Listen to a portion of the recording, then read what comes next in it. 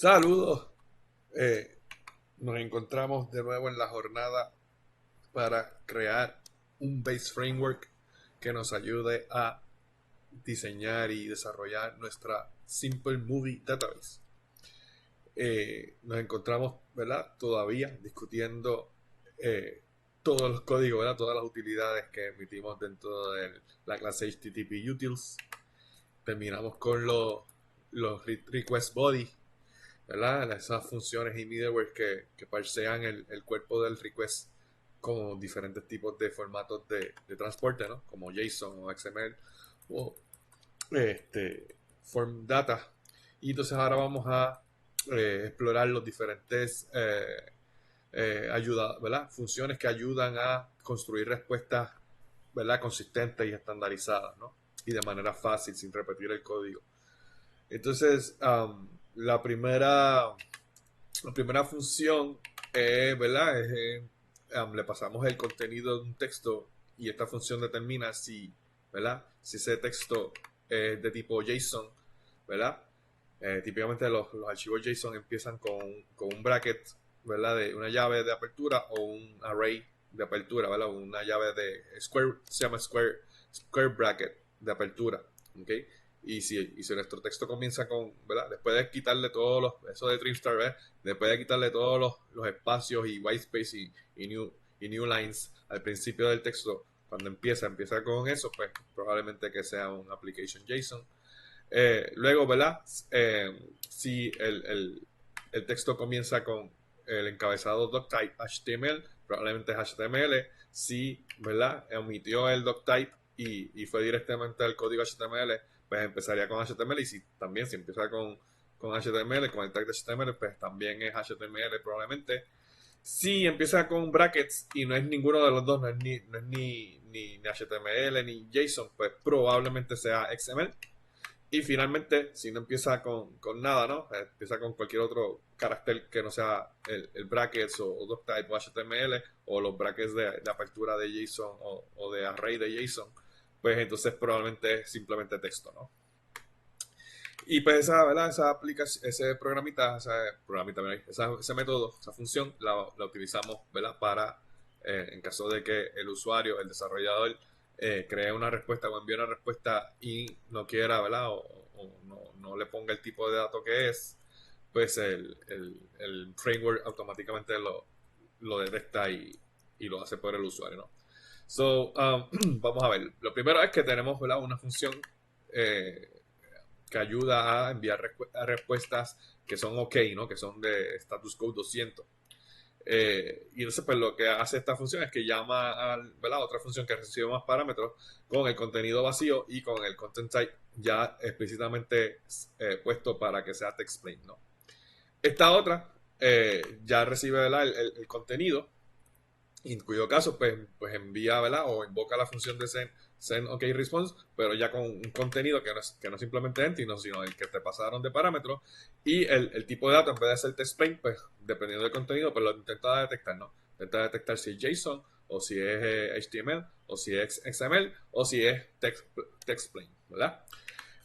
Y entonces finalmente tienes la función que recibe todos los parámetros, ¿no? Recibe el content type y recibe el contenido y el content type ya explícitamente estipulado, ¿no? Y entonces pues, finalmente lo que hace esta función es que llama a la función de sendResponse genérica que ¿verdad? Con el status code especificado ya, que es el OK, que es el 200, ¿no? El valor 200. Entonces, asimismo, ¿cómo creamos unas utilidades, ¿verdad? Para enviar respuestas que son OK, pues creamos uno que es para enviar respuestas que de not found, ¿no? Que el status code es 404. Y lo mismo, ¿no? En la primera, pues simplemente envía una respuesta vacía con el tipo de dato text plain, ¿verdad? La próxima, pues, hace más o menos lo mismo, pero tú le puedes pasar el contenido que va a tener ese 404, ¿verdad? Y él te detecta el tipo de contenido, ¿no? Si es JSON o HTML o XML o cualquier otro, ¿verdad? Si basado en el contenido que le pasas. Y finalmente, pues tienes la función que recibe tanto el content como el content type y lo único que hace es que entonces llama a la versión genérica con el status code de not found, que es, como le dije, el 404. ¿Ok? Y entonces, pues aquí tenemos, ¿verdad?, el listado entonces de utilidades para enviar respuestas genéricas, que entonces, ¿verdad?, le puedes especificar el status code y el content, y él automáticamente detecta ¿verdad?, el content type basado en el content. Y pues tienes esta otra versión que recibe todo, ¿no? Recibe el status code y recibe el content y recibe el content type que quiere, ¿no? Y esto sería, ¿verdad? Para todo otro tipo de respuestas que no sean 200 OK o que no sean 404 not found, ¿verdad? Aquí, ¿verdad? Podrías enviar todos, ¿no? Las 500, 501, 510, 500, 400, 401, 402, 403, etcétera, etcétera, ¿no? Aquí estarían todas las posibilidades. En los frameworks que son comerciales, ¿verdad? O production ready, pues vas a tener muchas de estas utilidades para todo tipo de status codes, ¿ok? Que si 404, ok, Internet Server Error, que si Batch Request, que si Created, etcétera, etcétera, ¿no? Vas a tener todos los tipos de respuestas más utilizadas, vas a tener métodos que te ayuden para no tener que estar poniendo el código tú directamente, el status code directamente, ¿ok? Entonces, finalmente esta pues llama a la más genérica, a la versión más genérica de todo de ese response, que en vez de recibir un string, lo que recibe es un byte array, ¿ok? O sea, en otras palabras, esta, ¿verdad?, decodifica el string en un byte array y finalmente llama a esta que lo que recibe es un byte array. En otras palabras, esta última función te permite enviar cualquier tipo de datos, no simplemente aquellos que son basados en texto como JSON o HTML o XML o plain text, sino que también te permite enviar PDF o imágenes o lo que sea, ¿no? Cualquier tipo de archivo. ¿Ok? Entonces, ¿verdad? Pues antes de discutir este helper, tenemos que ver ¿verdad?, qué es eso de result, ¿verdad? Entonces, pues nuestro result es ¿verdad?, una clase utilitaria que nos va a permitir, ¿verdad?, conceptualizar, ¿no?, encapsular lo que sería el resultado de una operación a nivel de servicio o repositorio o lo que fuese, ¿no? Y entonces, ¿verdad?, si esa operación resulta en un error, ¿verdad? Pues en vez de permitir que el Centralized Error Handling coja ese error, que él no sabe lo que es, ¿verdad? Él lo más probable dice, pero, o sea, imagínate, si un error ocurre, o sea, cuando tú estás el Centralized Error Handling es un middleware, ¿ok? Recuérdense en la secuencia de eventos que primero corre el global middleware, ¿verdad? Después ¿verdad? Corren los per route middleware y entonces después finalmente ocurre el controlador, ¿verdad? Se corre el controlador, que debe ser el último middleware de ese pipeline de los middlewares que son para la ruta, ¿no? Entonces, estamos corriendo el controlador y el controlador llama al servicio y el servicio llama al repositorio, ¿no? ¿Ok? So, imagínate, estamos casi 4 o 5 layers bien lejos de lo que es el middleware.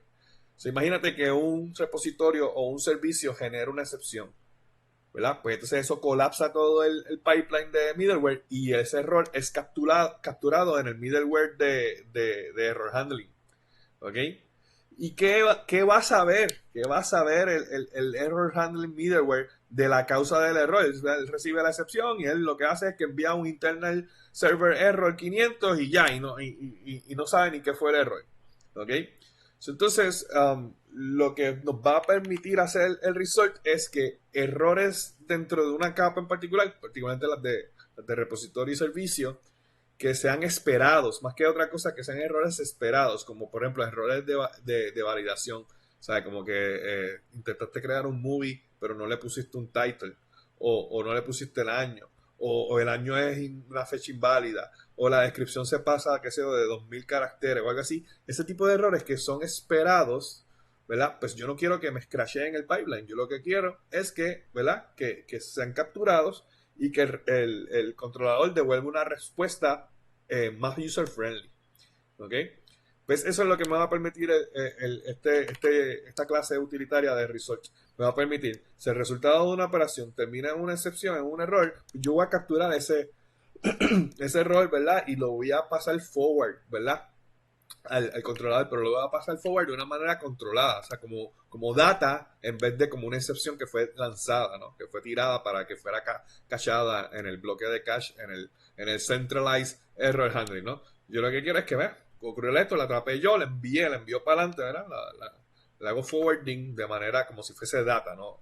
No algo que me va a escrachar la aplicación. Y le hago un hint al controlador de qué tipo de error es el que más correcto o más prudente es el tipo de error que ocurrió, ¿verdad? Y ya, y entonces ese va a ser mi payload. Mi payload va a ser la excepción y el status code más correspondiente, ¿verdad? Más correlacionado al error que recibí, ¿no? Si el resultado todo salió bien, pues entonces mi payload, ¿verdad? Pues mi resultado va a ser mi payload y un status code que refleje la condición más común de la operación, ¿no? Típicamente es OK. Lo mismo que en esta típicamente es un internal server error, pues por default esta va a ser OK. Pero muy bien, un payload puede ser recibir otros status codes, además de OK. ¿Ok? Como por ejemplo el 201, que creo que es created o lo que sea, ¿no?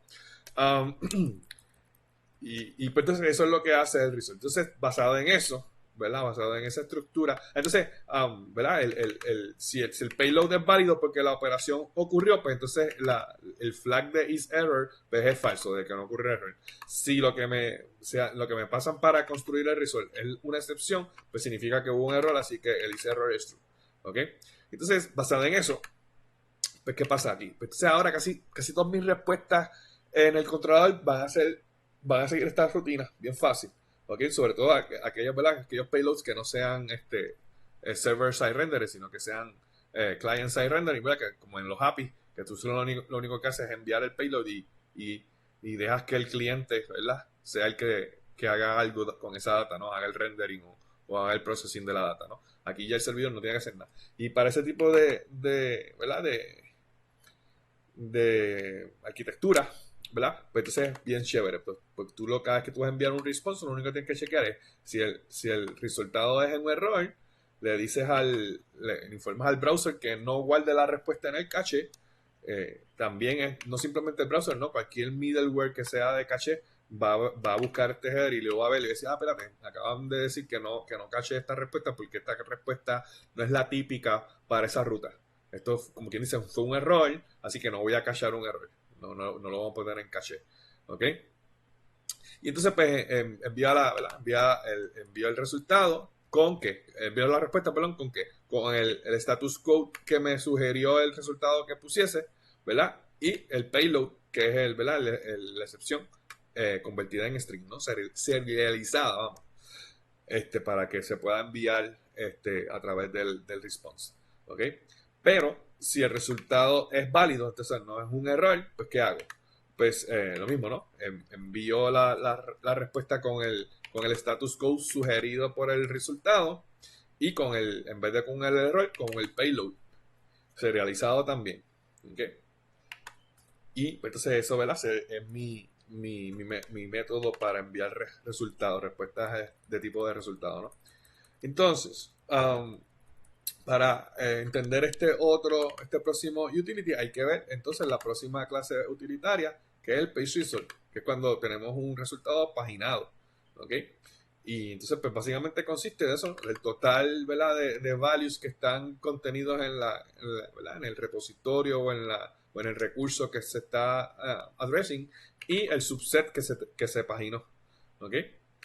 Y ya, entonces eso es mi, mi resultado. Y entonces, pues, ¿qué pasa? Pues cuando yo quiero enviar una respuesta que sea paginada, hay unas consideraciones que se hacen, que es que, ¿verdad? Tú pues, recibes un resultado que adentro tenga el page result y también, ¿verdad? Te interesa manejar o enviar en los headers la página y el size, una información adicional. Entonces vamos a ver cómo funciona este es lo mismo, ¿no? Como recibes un resultado con un page result y el resultado es un error, pues significa que le vas a decir al browser y al middleware de caché y cualquier otro, ¿verdad? Middleware o proxy que se encargue de cachear la respuesta de HTTP que no lo haga. ¿Ok? O sea, este header de caché control lo pueden leer muchos middlewares y muchos proxies y nodos entre medio de tú y el cliente. ¿Ok? Entonces, ¿verdad? Pues si, de nuevo, como está envuelto en un result, pues simplemente envías el status result y si fue un error, pues envías el error. Ahora bien, si no fue un error, en otras palabras, la operación completó perfectamente y tienes los resultados, tienes la lista de resources, bueno, la página de resources, pues ¿verdad? Vas a extraer esos resultados, ¿ok?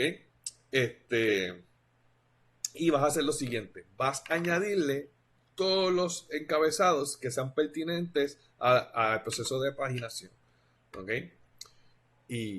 ¿Verdad? Entonces después vas a producir la respuesta basada en el status code sugerido de ese resultado y el payload que no es otra cosa que los page results, ¿ok? Entonces, ¿qué son esos headers que se deben añadir cuando tú estás enviando información paginada? Pues fíjense que, ¿verdad? Recuerden que esto lo copié del PDF y muchas líneas perdieron su forma original.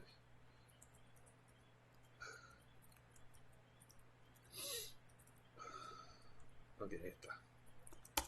Entonces, ¿qué es esto de añadirle los headers? Pues como les dije, hay unos headers que son custom, que son los que empiezan con X rayita, ¿no? Que no son oficiales del protocolo HTTP, pero que se usan mucho por frameworks y clientes ¿cómo es? Y web apps que hacen testing como Postman y un montón de cosas que te permiten redescubrir, sobre todo si son resultados paginados y son recursos que puedes obtener, pues hay frameworks o clientes o utilidades o herramientas o extensiones que te permiten explorar toda una lista de ítems automáticamente si puede ser paginado. Entonces tú lo único que tienes que hacer para aprovecharte de esa funcionalidad es precisamente calcular lo que sería la primera página, la última página, la página anterior y la siguiente página, ¿verdad? Y ponerla como los encabezados customizados, ¿no? El page size, el total de páginas, etcétera, etcétera. ¿Ok? Esta es una manera no oficial que, ¿verdad? Muchas herramientas se benefician de hacerla.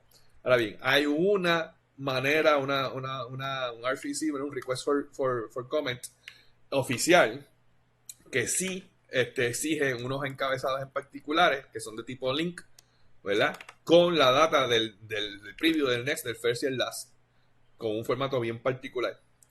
Y entonces, pues ahí sí estamos enviando una respuesta que está en compliance, ¿verdad? En cumplimiento con este RFC, Request for Comment, que para, ¿verdad? Resultados que son paginados es bien chévere, porque entonces de nuevo habilita un montón de frameworks y un montón de herramientas que utilizan el compliance con esto para explorar y navegar y descubrir los recursos dentro de tu website. ¿Ok?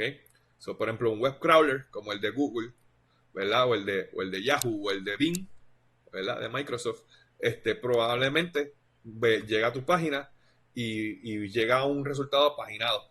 Pues adivina cómo él descubre o explora las próximas páginas. Pues porque él sigue, ¿verdad? Él sigue websites que hacen compliance con RFC. Y él lo primero que va a checar es si en la respuesta que él recibió, que ese web crawler recibió, hay un header con link. Y entonces si lo hay, pues se pone a explorar el website con todos los resultados posibles.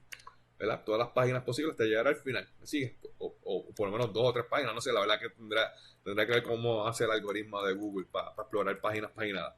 Pero definitivamente esto lo ayuda, ¿no? Esto es lo que lo va a ayudar a explorar todas esas páginas. Lo mismo, ¿no? Si hubiese alguna herramienta para hacer testing de APIs, de RESTful APIs, probar rutas, que todo esté funcionando bien y esas cosas, pues el tener estos encabezados incluidos en las respuestas ayudan esas herramientas a navegarla y a descubrir los recursos. ¿Ok? Y entonces, pues, voy a dejarlo ahí por este video. Lo último, no, ustedes, ¿cuánto nos falta? 20 minutos. El último video que nos falta, vamos a hacerlo rapidito. Sería JSON Utils, ¿ok? Que son las mismas librerías que ya vimos. Lo único que hechas para que los resultados sean de tipo JSON. ¿Ok? Y entonces vean que él tiene también, ¿verdad? Un helper que, que también genera una respuesta paginada, pero JSON tiene no sé si no es una organización, pero es como que un estándar que se llama así JSON dos puntitos API, ¿verdad? Y ellos, ¿verdad? Y esos estándares para eso mismo, para cuando tú devuelves recursos paginados, debes incluir el JSON file. Este no es los headers, esto es el payload. La página con el JSON, con el payload de response con el JSON que envías como respuesta, debe estar en este formato, ¿ok? Según ese JSON API estándar, ¿ok? Y entonces, pues, ¿verdad? Esas son sugerencias, no es que tienes que hacerlo así, no es que si no lo haces así, tu página no funciona, no sirve, o lo que sea. Es que, ¿verdad? Si quieres estar cumpliendo con el estándar, eso, el JSON API estándar, pues debes seguir esas reglas, esos consejos, esos guidelines, ¿no? Esas guías que ellos te dan. Y pues el JSON API te dice, cuando tú envías ¿verdad? Un resultado de un recurso paginado, tu JSON debe contener una entrada de data, una entrada de metadata y una entrada de links. ¿Okay? La entrada de data pues sería, ¿verdad? Los resultados, ¿no? La lista de valores de recursos, ¿no? La metadata sería, ¿verdad? El total de páginas, el total de items en la colección, en la página, el size y el total de páginas. Y ¿verdad? La metadata ¿verdad? El encabezado, ¿verdad? De links, ¿verdad? O el field de links debe incluir, ¿verdad? Un enlace a la misma página, un enlace a la primera página, a la página anterior, a la siguiente página y a la última página dentro ¿verdad? De ese. Y eso, ¿verdad? Sería una respuesta oficial siguiendo el JSON API Payload. ¿Ok? Así que muchos frameworks esperan que las respuestas paginadas sean en ese formato. Y recuerden que en el Internet, sobre todo con esta adaptación de que ahora nos están moviendo a que todo sea microservicios y que los servicios se comuniquen unos con otros, pues conviene, en vez de crear nuestros propios formatos customizados para nuestros apps, de compartir información y consumir información con nuestros propios formatos, si nosotros queremos que nuestras API sean redescubribles, ay Dios mío, redescubribles, no sé, bueno, que se puedan descubrir, ¿verdad? Por otros servicios y otros APIs y otros brokers, service brokers o providers y cosas así, pues conviene entonces enviar la data en esta estructura, ¿no? Con esta estructura, este esquema, para que entonces esos brokers y explorers y web crawlers y servicios pues puedan explorar tu website mejor y compartir la data mejor y examinarla mejor. ¿Ok? Y entonces, por último, ¿verdad? Pues tenemos, ¿verdad? Lo del page results, pero esta vez en vez de ser, lo hacemos por JSON, ¿no? Convertimos la respuesta en JSON y entonces serializamos el resultado con, con un JSON serializer y lo mismo acá, ¿no? Le añadimos, además de añadirle los pagination headers, le enviamos, ¿verdad? Convertimos la respuesta en formato JSON API y entonces eso lo serializamos, ¿no? Lo convertimos en un JSON serializado y lo enviamos por la respuesta. ¿Ok? Y por último, pues, ¿verdad? Seríamos el Send Result Response, que este no es paginado, así que simplemente lo que tiene es, ¿verdad? El no cache si comete error y la serialización del resultado si fue un error y la serialización del payload si no fue un error. ¿Ok?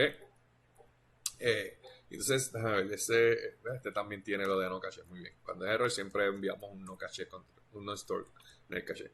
Y ahora sí, eso sería, ¿verdad? Entonces nuestro framework oficial. Entonces creo que entonces nos toca hacer, ¿verdad? Lo último que sería que un commit en Git. Vamos a ver las instrucciones. Hacemos el git add. Bueno, no, esto está Actually, no, tengo que hacer el doc commit, tengo que hacer el de HTTP utils. Allá para qué, porque no lo hice. Así que lo que queda hacer por hacer es este de acá, que es el git add. Ok, es que sabes que esto no iba, este nunca lo íbamos a poder hacer porque el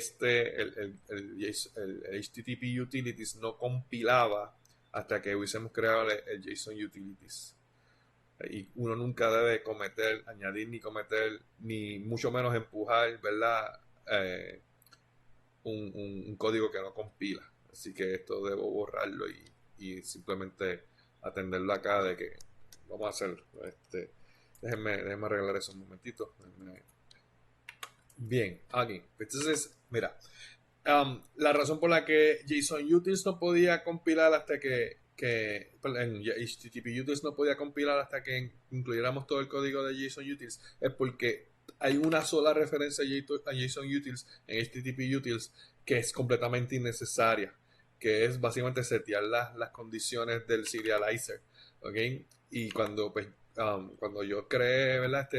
Structured Login, pues no sabía muy bien qué opciones tenía, así que creé yo unas acá, que es este default options, que, ¿verdad? Le dice al encoder que use un escaping de HTML ¿verdad? De diferentes caracteres que no se supone que JSON utiliza ya de por sí, como por ejemplo, ¿cuál fue el error que me esto? Él va a convertirte, por ejemplo, ¿qué fue lo que yo hay ciertos caracteres como el símbolo de suma o algunos o los brackets de menor igual que él te los va a codificar con los códigos de URL, o sea el por 120 o qué sé yo 13 o FE o algo así, ¿no? Y si tú no quieres que él te lo encode así, que no use la manera safe de hacerlo, pues lo puedes hacer. Y entonces, claro, entonces tu JSON está propenso a code injection, ¿verdad? Un code injection attack. Pero por lo menos el output se ve más bonito, ¿no? Y como esto era para el logger, pues no me interesa, ¿verdad? Que los resultados se vean feos, que el logger grabe resultados escaped, sino que se vean bonitos, que se vean, que si es un símbolo de suma, que se vea el símbolo de suma, no un carácter raro, una secuencia de caracteres raros ahí.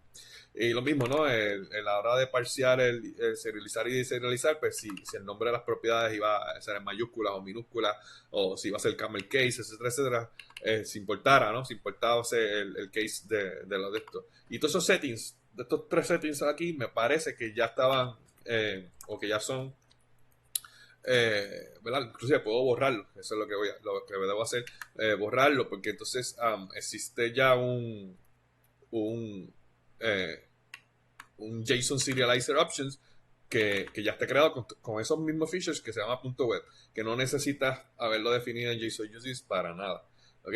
Y entonces pues esa línea, ¿verdad? Pues la añadí aquí en el, ¿verdad? Quité lo de JSON Utils y añadí el JSON Serializer Options en, en el código, ¿no? En la lección. Entonces también arreglé que aquí en JSON Utils, pues le añadí esa nota, ¿no? Que en vez de usar este nuevo campo de JSON Serialize Options con estas opciones, que mejor uses el JSON Serialize Option.web, que hace lo mismo y ya está hecho y es parte de la librería del JSON Serializer. Así que te asegura de que está correctamente hecho. Um, entonces, adiós, cerré el archivo y no debí cerrarlo porque nos falta entonces hacer, ¿verdad? Lo que habíamos dicho que era finalmente hacer el git add y todas esas cosas. Así que cogemos esto, entonces ahora el JSON Utils tiene errores porque borré eso y entonces debo entonces sustituirlo con JSON Serializers Web, ¿ok? Que es la opción más mejor. Vamos a hacer eso aquí también, en vez del defaults, usamos la de web y aquí en vez de usamos la de web y la última que abajo, en vez de usar esta, usamos la que ya viene con web. Y perfecto, ahí se fueron todos los errores. Entonces, pues nos falta, ¿verdad? El Git. Entonces, pues, pues nada, tienen entonces, pueden seguir usando la versión vieja. Si no la quieren borrar, pueden seguir usando la versión de JSONUtils.defaultOptions si quieren, ¿verdad? Pero es completamente innecesario. Yo la eliminé ya de la lección y en preferencia a usar esta versión. ¿Ok? Que está más completa y es parte ya del framework de JSON Serializer. Así que, entonces ahora sí, discúlpenme. Entonces nos falta, ¿verdad? Ir al final y hacer el git add. Vamos a hacerlo. Vamos acá. Git. ¿Qué pasó ahí? Vamos a hacerle ese. Damos copy. Damos paste. Muy bien. Git. Muy bien. Hacemos el commit. Entonces ahora debemos incluir, ¿verdad? HTTP utils, ¿verdad? Y JSON utils, ¿verdad? Los dos en un commit. ¿Verdad? Ahora, o sea, yo lo tuve que hacer así, ¿verdad? Incluir los dos porque lo dice los dos al mismo tiempo. Pero ahora usted, como no necesita JSON utils para que HTTP utils compile, puede, ¿verdad? Cuando llegue esta parte, para ahí y hacer el HTTP utils y se supone que compile todo sin problema. Entonces, una vez más, cuando termine de pegar todo el código de JSON utils, pues entonces hace esto, ¿no? Entonces venimos aquí y ya hicimos el commit y entonces ahora nos falta el push. Perfecto. Entonces, nosotros ya finalmente tenemos todo el feature. O sea, creamos un feature aparte, un branch aparte del main. Y entonces ahora nos toca hacer una de dos cosas. Si nosotros estamos colaborando con un repositorio, ¿verdad? Con otros colaboradores, o en un repositorio que no es de nosotros, ¿no? Que es de otra persona, ¿no? Abierto al público, y estamos creando un feature, pues nosotros no podemos hacer esto, ¿no? Que es un merge al main, ¿verdad? Sería todo esto sería un merge. Hacer un merge directamente al main, porque una de dos cosas, Git, ¿verdad? O Git va a fallar porque ellos tienen algún tipo de bloqueo o permiso para que nadie pueda hacer merge al main o hacer push directo al main sin el permiso de ellos, ¿no? Solamente ciertos colaboradores van a poder hacer, ¿verdad? Merge y push al main, ¿verdad? O peor, no saben cómo hacer eso, no saben cómo configurar el repositorio para que nadie pueda hacer eso, y tú haces ahí sin pedirle permiso a nadie, haces un push y un merge y un push y bueno, y a lo mejor se te insultan, ¿no? Te botan del grupo o te bloquean o algo porque hiciste algo que no debiste, ¿no? Así que lo correcto, ¿verdad? Si estás colaborando es ir a GitHub directamente, mírenla, vamos acá, y vean que GitHub automáticamente detecta que tú tienes un branch que está ready para hacer merge. Y entonces él te lo dice, ¿no? Vamos a hacer eso, vamos a compararlo y haz ¿verdad? Y haz un pull request. Entonces él viene, chequea, ve que no hay conflicto, que nada de lo que hiciste conflige, y entonces te lo dice, mira, crea un pull request. ¿Y qué es un pull request, Brookman? Un pull request es eso mismo, ¿no? Una petición al resto de la comunidad que está trabajando en este repositorio de que vean tus cambios, de que vean el feature o el fix que tú acabas de hacer y que te den sugerencias o que le den el visto bueno antes de hacerle un merge al main. Y, y entonces, ¿verdad? Pues los diferentes colaboradores ven, le hacen un pull a su repositorio, verifican que no haya conflicto, verifican tu código, ven que está bien escrito, que siga los parámetros de seguridad o las convenciones de estilo, de formato, de código, etcétera, todo lo que sea, ¿verdad? Esté estipulado en ese repositorio, que son las reglas que se deben seguir en un pull request, ¿no? Todas las medidas de seguridad, que cumpla con todos los testing, que no rompa ninguno de las funcionalidades que ya servían, etcétera, etcétera, ¿no? Y después que estás en un toma y dame, ¿no? Que ellos te dan un feedback y entonces tú tienes que volver a cambiar el código y volver a hacer otro pull request y así sucesivamente, hasta que finalmente todos los colaboradores dicen, está perfecta, vamos a aceptarla. Y entonces pues el que tenga permiso, o cualquiera de los colaboradores que tenga permiso para hacer merge o, ¿verdad? Hacer un merge al main, lo hace. te acepta el pull request y pum, y hace el merge al main y ahora tu colaboración fue incluida como parte del main branch. ¿Ok? Cuando tú eres el único, ¿verdad? El único desarrollador, tú eres el único colaborador en el repositorio de lo que sea, pues hacer un pull request es como que tonto, ¿verdad? O podría ser, fuera del ejercicio ¿no? de acostumbrarte a hacerlo, puede ser tonto porque entonces tú mismo te estás pidiendo permiso a ti mismo para hacer un mesh, ¿no? Y entonces, básicamente, ¿verdad? Yo lo puedo crear, porque no hay problema, lo puedo crear y entonces él va a decir, mira, estos son los cambios, estoy chequeando a ver si no hay conflicto ni nada. Mira, no hubo conflicto. Si quieres, puedes hacer un merge. Puedes hacer el merge de ese pull request. ¿Ok? Que sería, el yo apretar este botoncito de aquí, correría exactamente estas 4 líneas de aquí. ¿Ok? Entonces lo puedo hacer a través de la interfase gráfica de GitHub. Si lo quieres hacer, lo podemos hacer. Eso, ¿verdad? Esto sería acostumbrarlos a trabajar en equipo, ¿no? En colaboración. O si tú dices, yo no estoy yendo a GitHub cada vez que yo quiera hacer un merge main, pues, ¿verdad? Lo hacemos nosotros acá. Entonces eso es lo que vamos a hacer, para que vean las dos versiones, ¿no?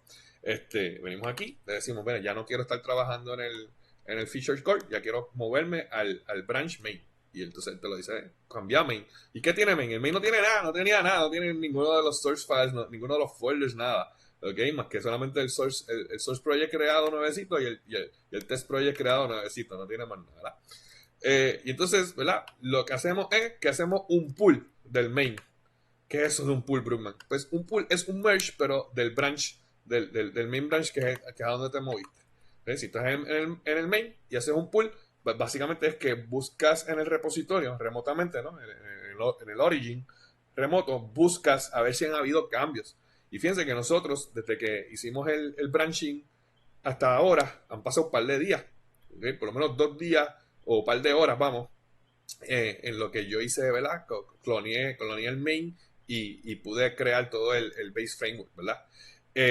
Y en esos 2 días o en esas horas pudo haber, ¿verdad? Pudo haber un colaborador que haya hecho algún cambio al main y haya añadido nuevos features al main, ¿verdad? Mientras yo estuve trabajando en mi feature, ¿verdad? En mi feature core. Y entonces, pues, ¿qué significa eso? Pues que, ¿verdad? Antes de yo poder hacer un push, necesito hacer un pull, ¿verdad? Buscar el main y ver si hay conflicto. ¿Ok? Si la versión mía del main que yo tengo en mi computadora es diferente a la que está en el repositorio en la nube. ¿Ok? ¿Verdad? Y entonces, antes de hacer un push, ¿cómo se llama eso? Resolver cualquier conflicto que pueda haber causado, ¿no? Pero una vez me aseguro, ¿verdad? De resolver conflictos y que la versión del main que yo tengo ahora local en mi computadora, en este GitHub dentro de mi computadora, es igual, ¿verdad? A la que está en el repositorio en línea, la más actual. Entonces, ¿qué hago? Pues hago el mesh. Y le digo, mira, pues, este main me lo vas a hacer mesh con el feature core, con ese branch. ¿Ok? Aquí es que tú resolverías los conflictos si hay alguno. ¿Okay? Porque si no, no te deja hacer el mesh. Y entonces, finalmente, ahora que está mesh, entonces ahora puedes hacerle el push de esa nueva versión ya merged al main. Y entonces sí, ¿verdad? Si nos movemos ahora acá al main de... Bueno, mira, él detectó que es un pull request successfully merged close. Entonces, él te da la opción de que si tú quieres borrar el branch, el feature branch, lo puedes borrar, que es lo típicamente lo que se hace. Pero como nosotros esto estamos usándolo como para eso mismo, para tener un portafolio, ¿verdad? De nuestros proyectos, pues lo vamos a dejar, porque entonces así cualquier reclutador viene y ve y dice, mira, esta persona ha bregado, no simplemente en el main, ¿no? Ha hecho proyectos en GitHub y ha bregado todo en el main, sino que, mira, ha hecho branches, o sea, sabe que los cambios no se hacen directamente en el main, sino que se hacen en branches y después cuando ya están ready y funcionan todo bien, entonces que se hacen merge al main. ¿Ok? So, básicamente el no borrarlo y dejarlo, cualquier persona que se meta, ¿verdad? De reclutador, que esté viendo a ver si tú vales la pena contratar o no, y vea tus proyectos en GitHub y vea que no todos solamente tienen main, sino que tienen otros branches, pues van a decir, pues esta persona sabe lo que está haciendo. Sabe trabajar en GitHub y sabe colaborar en equipo. ¿Ok? Así que, pues vean, ahora los dos branches están merged, o sea, se supone que son los mismos ahora mismo, pero entonces la otra razón por la que tú no borrarías el feature core es si es un feature que tú vas a seguir haciendo los updates. Por ejemplo, a lo mejor queremos añadirle, ¿verdad? Otra funcionalidad nueva o diferentes middlewares o lo que sea, ¿no? Expandirlos y mejorarlos. Y entonces es bueno también conservar ese branch. O sea, no simplemente por el flexing a la hora de que te vean que sabes hacer lo que, ¿verdad? Sabes hacer cosas en GitHub, sino que también es bueno, ¿verdad? Porque si le haces update, pues ya tienes este ready para hacerle los updates. Ok, so se llaman long-lived branches, ¿no? Branches que viven mucho, ¿no? Así que yo creo que eso sería todo. Entonces, lo que nos falta ahora sería empezar de lleno lo que sería el Simple MDB Core, que sería nuestros próximos videos. Van a ser eso, el Simple MDB Core. Les recuerdo una vez más que estos videos son simplemente educativos, son académicos. Yo no le recomiendo a nadie que utilice este framework para trabajo profesional. Estos simplemente son, ¿verdad? Un vistazo al interior de lo que estaría dentro de los frameworks ya comerciales y en producción, como Express.js o Node.js o Next.js o Nuxt.js o ASP.NET o Spring Boot, etcétera, etcétera, Flash, Django, etcétera, etcétera. ¿Ok? Les recomiendo, ¿verdad? A ustedes, si quieren expandir su conocimiento y probar su conocimiento, que contesten las preguntas que están aquí. Ya todas estas preguntas yo las contesté en algún momento u otro de los videos o están contestadas en el texto, ¿no? de la lección. Así que, ¿verdad? Si quiere probar si verdaderamente se aprendió o recuerda o retuvo información, pues puedes contestar estas preguntas, ¿no? Y lo mismo, ¿no? Si quieres hacer ejercicios de programación, porque yo eso de estar copiando código y pegándolo no me satisface, no me sirve para rascarme bien la piquiña, que a mí me gusta programar, me gusta resolver problemas, Brookman, ponme a hacer algo. Pues aquí tienes ejercicios de cómo expandir o hacer diferentes cositas a este framework y mejorarlo. ¿Ok? Así que si quieres, pues puedes ponerte a explorar esto. Entonces, ahora sí, los dejo. Que pasen buen día.